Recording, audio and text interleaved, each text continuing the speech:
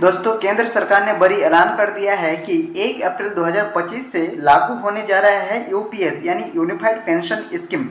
इस पेंशन व्यवस्था में 50% पेंशन सुनिश्चित कर दिया गया है और मिनिमम पेंशन 10,000 की रखी गई है।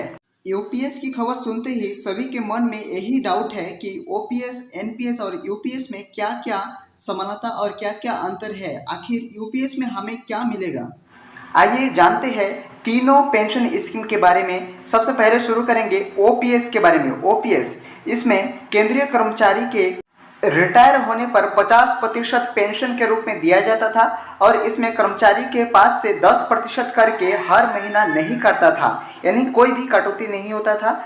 इसमें डियरनेस रिलीफ यानी डीआर की प्रावधान था और हर 6 महीने में महंगाई के अनुसार इसको पेंशन में बढ़ोतरी होता था और 20 वर्ष की पूरी सेवा होने के बाद 50% पूर्ण पेंशन का हकदार होता था। एनपीएस लागू होने के बाद सभी कर्मचारी का एक ही मांग था कि ओपीएस दोबारा लागू किया जाए। ओपीएस में सिर्फ और सिर्फ सरकारी कर्मचारी ही शामिल थे, इसमें कोई निजी कंपनी के कर्मचारी शामिल नहीं थे। इसमें किसी प्रकार का निश्चित पेंशन की प्रावधान नहीं था।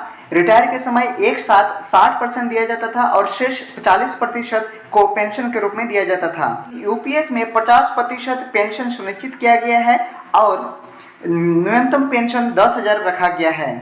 ओल्ड पेंशन के तहत फैमिली पेंशन 30% देता था, जबकि यूपीएस के तहत फैमिली पेंशन 60% देने का प्रावधान किया गया है। जिस समय अंतराल में ओपीएस में ग्रेजुएटी 12.5 लाख होता है, उसी समय अंतराल में यूपीएस में 9.5 लाख की ग्रेजुएटी होती है।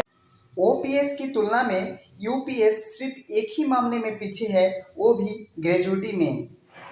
यूनिफाइड पेंशन स्कीम जो 1 अप्रैल 2025 को लागू होने जा रहा है, इसके बारे में यूपीएस योजना का खाका तैयार करने वाले समिति के चेयरमैन पूर्व कैबिनेट सेक्रेटरी टीवी सोमनाथन ने कहते हैं कि ये एनपीएस से 99% बेहतर है। दोस्तों, अगर यूपीएस इतना ही अच्छा है तो मंत्री सब ओपीएस क्यों ले रहे हैं?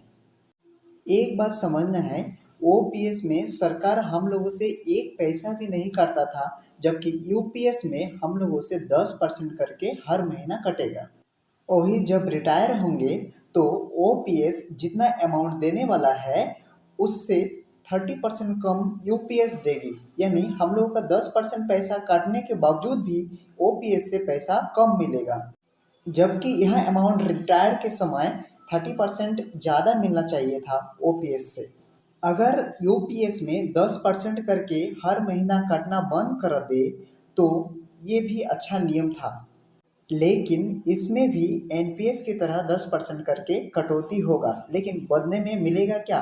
कुछ नहीं। ओपीएस से भी कम पैसा मिलेगा रिटायर के समय। यूपीएस अच्छा है, लेकिन इसमें जो 10% की कटौती हो रहा है, ये कटौती को बंद करना चाहिए और रिटायर के समय जो भी अमाउंट 30% कम मिल रहा है उसको इक्वली कर देना चाहिए या उससे कुछ ज़्यादा अमाउंट देना चाहिए, तब यूपीएस सही होगा, सभी कर्मचारियों के लिए लाभदायक होगा। ये नियम अभी फिलहाल सभी कर्मचारी के लिए कोई लाभदायी नहीं है। ओपीएस से ये घाटे का सौदा है, ओपीएस की तुलना में ये कुछ नहीं है।